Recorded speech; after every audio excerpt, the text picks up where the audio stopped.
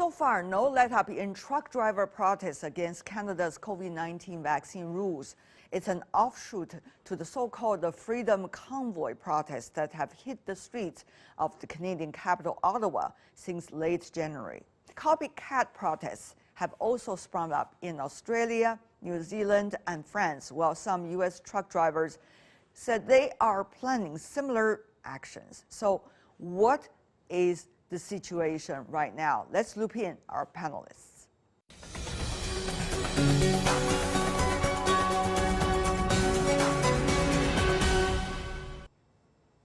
For more on anti-vaccination protests in Ottawa, we have Andrew Cohen, journalist and associate professor of journalism and communication at Carleton University. In Toronto, Carrie Bauman, who is the bioethicist and also assistant professor from Toronto University.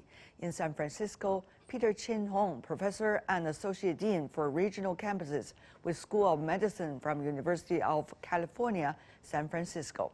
In Washington, D.C., last but not least, Brandon Andrews, entrepreneur and former Hill staffer. What a pleasure to have the four of you gentlemen joining us on this ongoing story.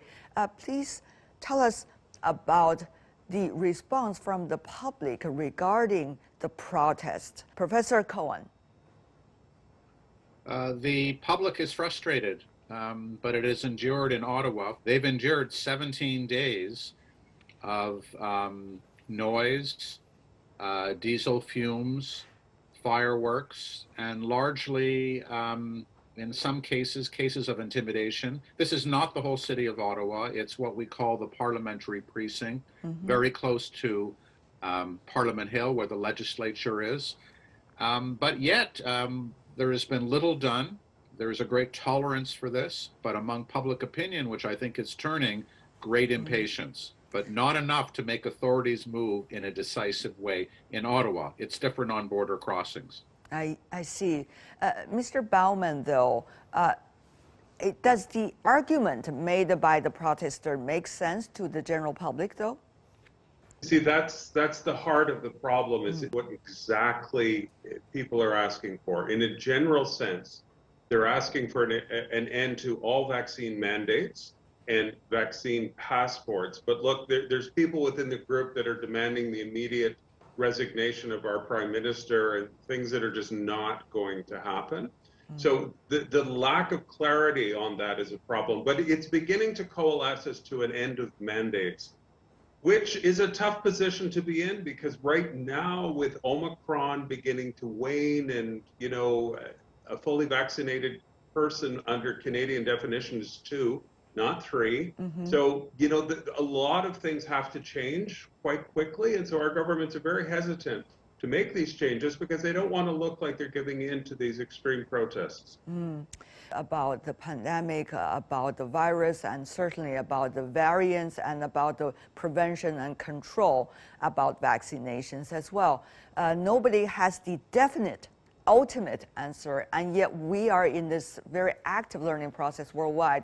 And therefore, Mr. Andrews, how do you compare what's going on in Canada right now, briefed to us by the two gentlemen, to the situations in the United States as well? Well, everybody just wants to move on, but the reality is we're still in a global pandemic, and yes, we're in a better place. However, if you are a policymaker and you're elected to act in the best interest of the people, you have to be saying, well, you know, there's still a lot of danger here. In the U.S., we've seen even more virulent protests against some of these mandates, against mask mandates, especially when you talk about schools, etc. But now it's trickled up to Canada, and I think we probably will see some similar protests. I don't know what size they'll be, but I know there are some plans, preliminary plans to do things in March on the West Coast and even possibly in Washington, D.C. I see. Then we need to invite Mr. Chin Hong and also Mr. Cohen to tell us more about exactly what do we know and how is science related to the sentiment in a way. Mr. Chin Hong, can you tell us more about your thoughts of how much we know and what do you make of the mandates? Yeah, so I think it's great to start from the science. What we do know from the science, even in Omicron times, uh, if you're unvaccinated, you have a 22 times more likely, odds of dying actually, and about a 7 times higher odds of being hospitalized. So this is more pronounced in those over than 65.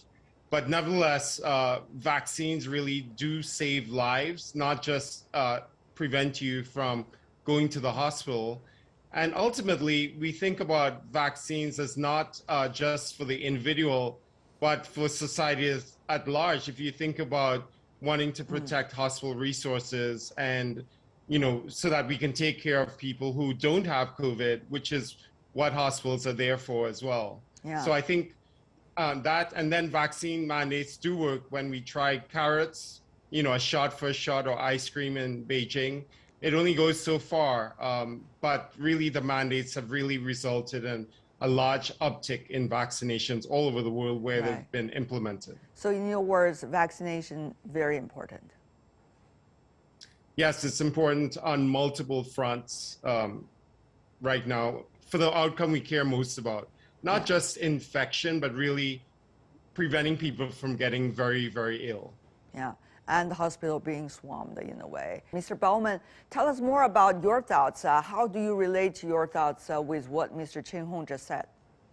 I agree. I'm as pro-vaccine as a person can possibly be.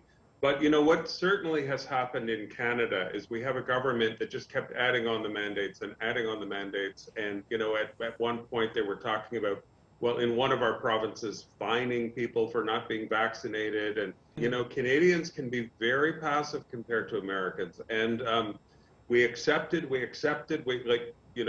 done actually very well throughout the pandemic. Our death rate's much lower than in the United States. We have high vaccination rates. And yes, we have a radical kind of uprising, but when you talk to a lot of Canadians, they don't feel the mandates are really justified at this point. Nobody knows 100% about this pandemic. And we thought it was one shot, it became 2 shots, and in many countries it's becoming 3 shots. And when it's going to be, the end of this pandemic, nobody knows. So how are we going to spend the rest of the year and the rest of the years? That's a big question. Mr. Baumann. Yeah, no, I know. And that's very much the heart of it, isn't it? That's exactly what it is. My prediction would be our government, like most governments, says just follow the science. We just follow the science.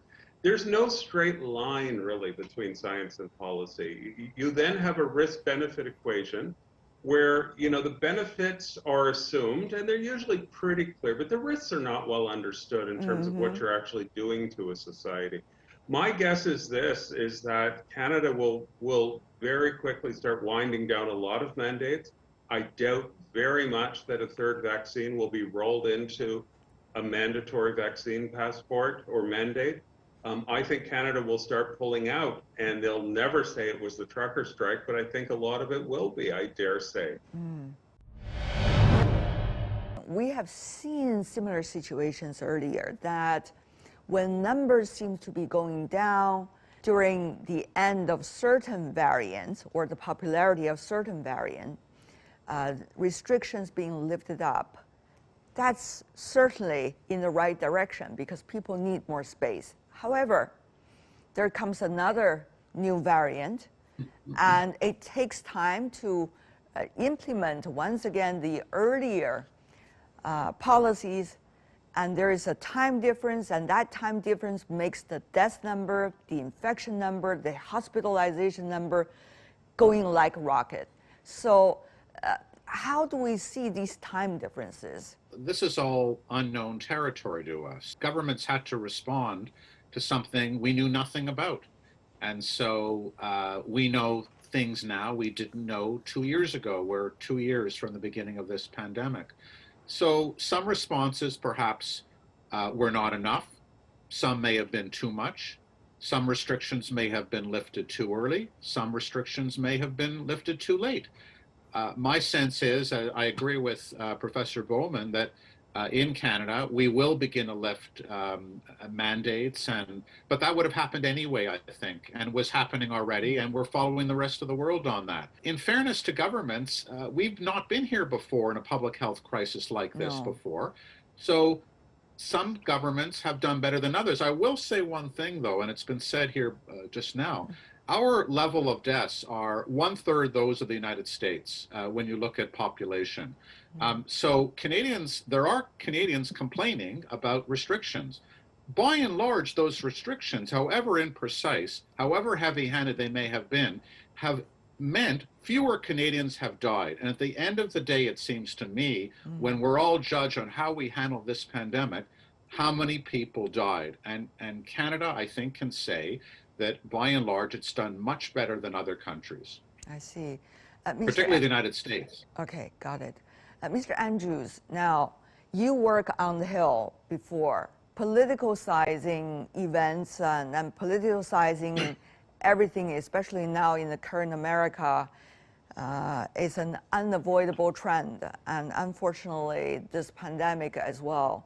So how do you see politics now still plays its role? Well, there's a couple things to consider here. One, we've already had politicians, mostly on the Republican side in the United States, express significant support for the convoy, and Rand Paul, a U.S. Senator from Kentucky, has gone as so far as to say, hey, I hope they continue, and I hope they come down to the United States, and I hope we have similar protests happening in the United States. And so I think we'll certainly see similar protests again in the U.S. The interesting thing when you talk about vaccine mandates and potentially restricting who can drive trucks and surface transportation, there was just a big infrastructure bill, one of President Biden's biggest accomplishments of his administration so far, that was passed last fall. In the U.S., there was actually a provision to lower the age to allow 18 to 21-year-olds to drive trucks, so to get that CDL license, because of a perceived shortage in the number of truck drivers, which again is impacting supply chain and driving up prices. When you talk about the U.S. economy in particular, and inflation being at really high levels, in the highest in about 40 years. And so I think you'll see more U.S. politicians attach not only the resistance to vaccine mandates, but also attach some of these economic concerns, some of these economic issues to this convoy protest. We certainly haven't seen or heard the last of this kind of thing in the United States. I think it's definitely more to come. It is not just debate within politics. It's not just debate about science. It's really a lot about the public sentiment, and the media plays a big role. So Mr. Chin-Hong and Mr. Cohen, help me about that. Joe Rogan, for example, you see one after another big names in the media becomes a center of attention by spreading information that government considers as inaccurate and media platforms consider as inaccurate, so they have to take action. Facebook is another example. So how do you see these kind of campaigns are swaying perceptions and also making their marks on what is going on in our societies? Mr. Cohen. Well, in Canada, those campaigns or that misinformation actually has had not much effect. Canada is among the highest levels of vaccinations in the West. There are very few countries that have a higher level of vaccination than Canada. Canadians embraced vaccinations. They embraced mask mandates. They accepted restrictions. I think one of the reasons for the unrest now is that people felt, well, we've been following the rules for 2 years and we're getting tired. And I don't blame people for getting tired. But the level of disinformation or misinformation and the outlets from which it would come is much higher in the United States than Canada. Americans make the mistake that Canada is the same society. It is not the same society. And our acceptance, by and large, of public health measures has been overwhelming. What you're hearing from now are a sizable but a loud, noisy minority which disagrees. They have a right to disagree. But even among truckers, 90% of truckers are vaccinated and don't agree. They've been disowned. This crowd, the protesters, have been disowned by their very leadership. So in Canada, by and large, there is a commitment to these measures. It won't last forever, and the government will remove them. I agree with Andrew. In fact, if this audience remembers well that during the Trump presidency, many Americans expressed the wish of moving to Canada, again, because it was perceived as not being as politicized, particularly when you think about a pandemic in the previous administration where everything was politicized. And to me as a healthcare professional, it was really, demoralizing to have masks and medicines like ivermectin and hydroxychloroquine being a mark of political affiliation rather than whether or not it was in a randomized control trial shown to be efficacious. So I think, that is one big difference, I think, in the way that Canada and the US handled the pandemic. One where disinformation, misinformation was maybe not as culturally, part of the ethos, whereas in the US, you have a platform, you can say what you want, doesn't matter what evidence you have. And that gets to your point, Tien, that, you can have all the science you want, but at the end of the day, what gets promoted is based on values and sentiment in the society. What is the best way, from your perspective, to deal with the so-called public exhaustion?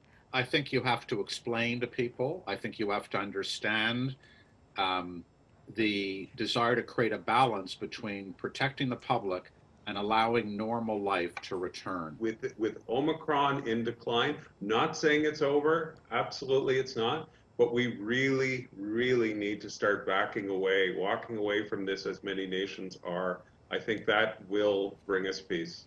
Interesting. Professor Chin Hong? We have a lot of agents now to help people stay away from the hospital, even if you're unvaccinated, like monoclonal antibodies and oral pills.